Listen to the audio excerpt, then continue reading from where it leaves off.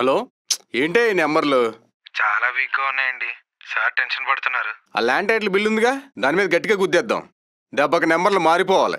ఏదో ఒకటి చేయండి, కావాలంటే వారితో పని అవదు కానీ పెట్టి పంపిమ్మను. ఓకే సార్, మీరు మాత్రం డోంట్ వరీ, మై హూనా. తడుగుడ్డు వేసుకుని తొంగండి. Welcome to yellow news.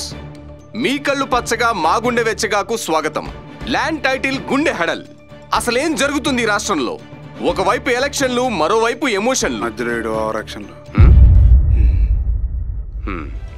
ఒక్కోసారి ఈ రాష్ట్రం ఏమైపోతుందో అని భయమేస్తుంది. ల్యాండ్ టైటిలింగ్ స్కామ్ తీసుకొచ్చి జనాల్ని మోసం చేసి వాళ్ళ భూములను ఆక్రమించేస్తున్న అక్రమ ప్రభుత్వం. నువ్వు చూసావా? ఎక్స్క్యూజ్ మీ, నువ్వు చూసావా అని అడుగుతున్నాను నేను. లేదు, నాకు తెలుసు. మరి చూడకుండా తెలియకుండా ఎలా చెప్తారు నువ్వు? అసలేంటండి ప్రాబ్లమ్? ఏంటి ప్రాబ్లమ్? Security, security! ఇలా గుడిసేడేంటి? Cut cut cut cut cut చేసావు అనుకో ఇంకా పడుతుంది. అవును రే, నువ్వు న్యూస్ రాస్తావా సేకరిస్తావా? రాస్తాం. సరదాగా ఒక ఆట ఆడదామా? ఏంటది? నువ్వు రాసిన సొల్లు చదువు, అది తప్పు అయితే ఒకటి పడుతుంది. ల్యాండ్ టైటిలింగ్ యాక్ట్ లో జడ్జిలకు సంఖ్యలు, అధికారుల చేతిలో భూములు. ఒక్కేం కాదు, భూమి మీద వివాదం ఉంటే టైటిల్ రిజిస్ట్రేషన్ అధికారి దగ్గరికి వెళ్ళొచ్చు, కోర్టుకి వెళ్ళొచ్చు. కోర్టు నిర్ణయం వచ్చాకే అధికారి నమోదు చేసుకుంటారు తప్ప కోర్టులను కట్టేశారు, అధికారులకు ఆ హక్కులన్నీ ఇచ్చేశారు అన్నది శుద్ధ అబద్ధం. ఆ తర్వాత భూ హక్కులు హరించారు, ప్రజల ఆస్తులకు ఎసరు పెట్టారు.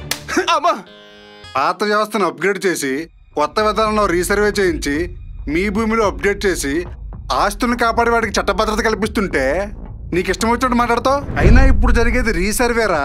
1907 తర్వాత ఇప్పుడే జరుగుతోంది. దానికి టైటిలింగ్ యాక్ట్ కి తేడా తెలియకపోతే తప్పు కదా. నెక్స్ట్ భూ యజమానులకు కన్నీళ్లు, కబ్జాదారులకు కనక వర్షాలు.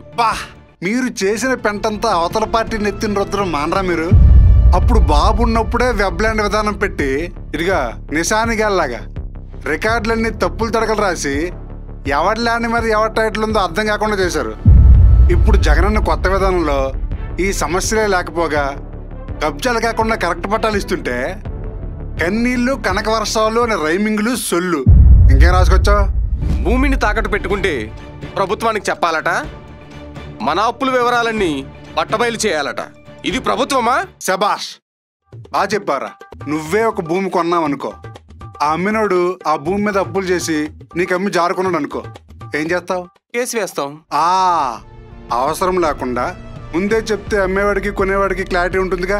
మరి నీకు నొప్పేంట్రా? పారం దేశాల్లో కూడా ఉంది. మన దేశంలో నీతి ఆయోగ్ ఇచ్చిన నిబంధనల ప్రకారమే తయారు చేసింది. ప్రెసిడెంట్ గారు కూడా ఆమోదం ఇచ్చారు. మీ పచ్చ పార్టీగా లేసిన ఉచ్చు నుంచి బయటికి తేడం గారు ఈ విధానం అంటున్నా.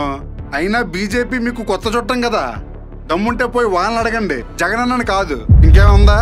ఎందుకు లేవు? మీ ల్యాండ్ మీద నిరూపించుకోవాలట. 2 ఏళ్లలో అవ్వకపోతే మీ ల్యాండ్ గోవింద. చీకట్లో సర్వేలట, వాళ్ళకే వాటిని కట్టబెడతారట. అసలు రే, నీ భూమి పోయిందా? లేదు. మీ వాళ్ళది ఎవరిదైనా పోయిందా? నో. పోనీ ఎవరిదన్నా పోయినట్టు ఉన్నావా? జగనన్న లాక్కుండా చెప్పారా? లేదే. మరి ఎందుకురా సొల్లు చెప్తావు? భూమి మీద వివాదం ఉంటే పరిష్కరించి రిజిస్టర్లో పెడతారు, వివాదం లేకపోతే డైరెక్ట్ గా వాళ్ళే రిజిస్టర్లో పెడతారు. ఎవడి భూమి మీద వాడి హక్కును పోనెవరు, ఎవడి చేతుల్లోనూ మోసపోనెవరు. మరి ఎవడైనా వచ్చి భూమి నాదంటే కోర్టుకు పోనివ్వకుండా అధికారులే జడ్జిలైపోతారా? పోనీ చచ్చి చెడి కోర్టుకు పోయి ఆర్డర్ తెస్తే 15 రోజుల్లోపు చెప్పబోతే చల్లదా? నీ కడుపు మంట నాకు అర్థమైంది.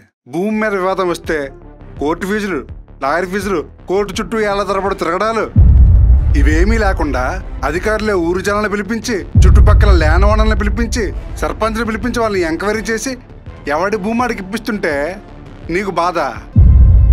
కోర్టు ఆర్డర్ వచ్చాక అధికారులకు చూపిస్తేనే కదా రిజిస్టర్ చేసేది.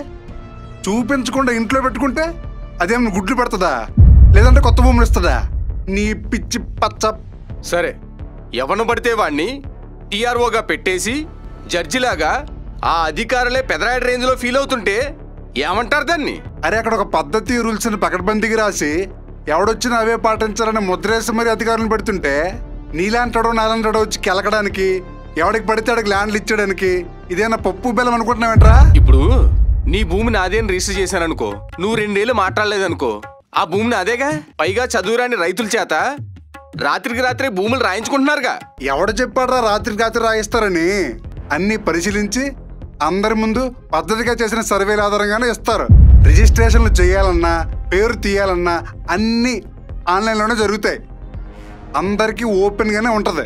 ఆ మాత్రం తెలియదురా మీకు? అయినా సరే ఈ పార్టీ చేసింది కాబట్టి అది తప్పే. రేయ్! ఇంకా నా వల్ల కాదు. గుర్తుపెట్టుకోండి, మన కోసం వచ్చిన జగనన్నని మనమే కాపాడుకుందాం. ఈ సైకిల్ సొల్లు అబద్ధాలని తిప్పికొడదాం. ఈ వార్తలు ఇంతటితో సమాప్తం. రేయ్ రామ్కి ఆగరా రేయ్.